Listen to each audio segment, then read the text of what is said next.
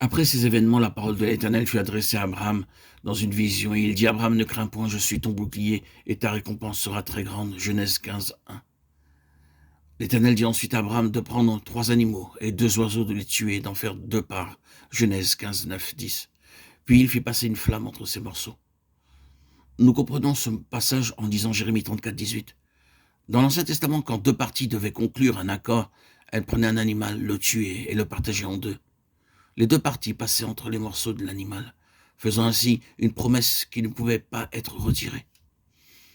Je livrerai les hommes qui ont violé mon alliance, qui n'ont pas observé les conditions du pacte qu'ils avaient fait devant moi, en coupant un veau en 2, en passant entre ces morceaux. Jérémie 34, 18. De la même façon, Dieu établit une alliance irrévocable avec Abraham pour donner à sa postérité la terre promise.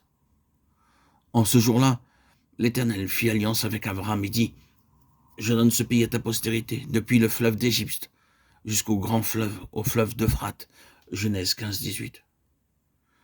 Dieu déclara d'emblée à Abraham comment sa postérité en tant que nation séjournerait pendant 400 ans en Égypte, pour donner ensuite à la 4e génération dans la terre promise. Et l'Éternel dit à Abraham: sache que tes descendants seront étrangers dans un pays qui ne sera point à eux. Ils y seront asservis et on les opprimera pendant 400 ans. Mais je jugerai la nation à laquelle ils seront asservis, et ils sortiront ensuite avec de grandes richesses. Genèse 15, 13 et 14. Dieu donnait ainsi l'occasion aux nations du pays, à savoir les Kéniens, les Kénisiens, les Cadmoniens, les Hétiens, les Phérézéens, les Réphaïm, les Amoréens, les Cananéens, les Girgasiens, les Jébusiens, de se repentir de leurs péchés pendant 400 ans. Lévitique 18 nous donne un compte-rendu des souillures du pays. Dieu a attendu pendant 400 ans pour que ces nations se repentent. Mais comme elles ne se repentaient pas, il fut contraint de les juger. Dieu ordonna aux enfants d'Israël de détruire complètement toutes les villes et leurs habitants. Le Seigneur Jésus-Christ a conclu une alliance avec nous au moyen de son propre sang. Et c'est par cette alliance que nous sommes devenus chrétiens et participants de son héritage. Par ailleurs, nous serons chargés par lui de juger le monde et même les anges. Ne savez-vous pas que les saints jugeront le monde?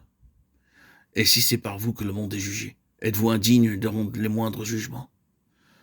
Ne savez-vous pas que nous jugerons les anges et nous ne jugerions pas à plus forte raison les choses de cette vie? 1 Corinthiens 6, 2, 3. Frères et sœurs en Christ, bien-aimés, chers amis, pour bénéficier d'un tel privilège, nous devons absolument avoir une foi forte et active, une foi qui ait raison de tous les doutes et qui nous rende capables d'obéir à Dieu quand il s'adresse à nous.